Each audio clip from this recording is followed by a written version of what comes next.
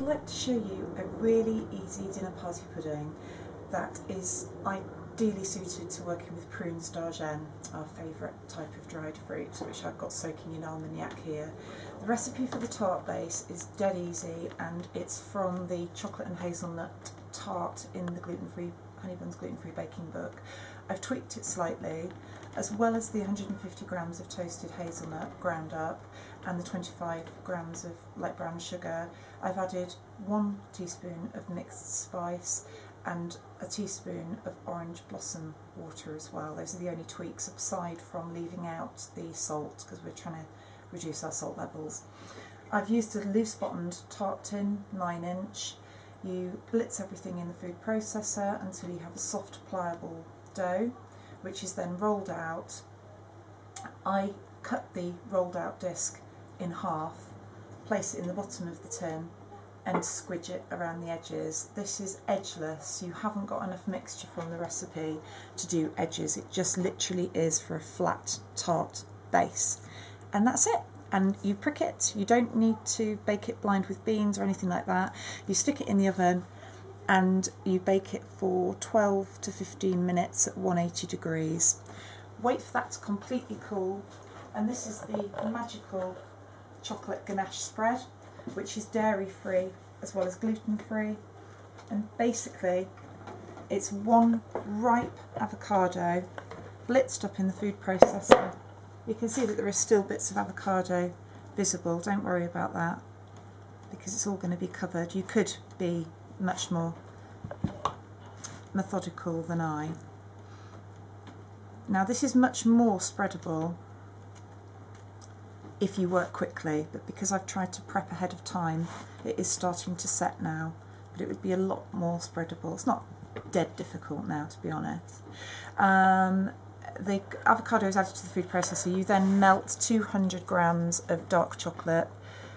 Obviously, if you want it to be vegan, you're going to be using vegan chocolate, which we get from Kinnerton.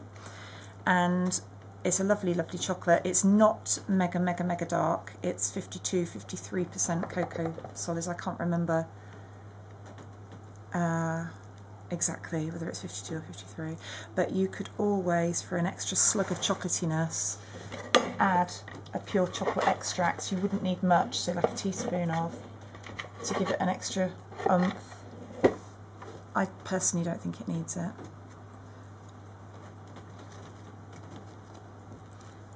This suits my rustic way of working. All you need to be conscious of is making sure that everybody's got maximum chocolatiness in every bite. You don't want to shortchange anyone in my book.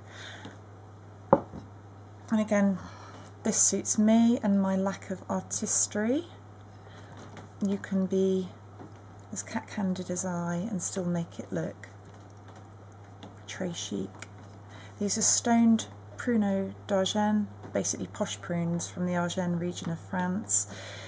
You can use any old prunes, but they do, seriously, if you blind taste them, you so can tell the difference. And they're soaked in Armagnac from the same region of France. And you can make a little stack in the middle of odd numbers, works really well. Then this is the clever bit again. I've pre-toasted some almond crumb, again from the book, only for 5 minutes.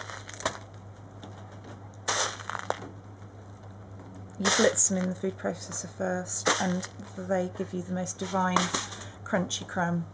Now, for the pièce de résistance, I'll probably just flick a few of those back in for a cleaner result.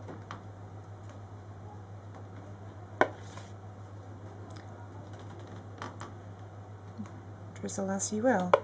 This is with the same dark chocolate melted in the microwave as before. Gosh, you can really smell the Armagnac wafting up. And that's it, simple as. That was better, wasn't it?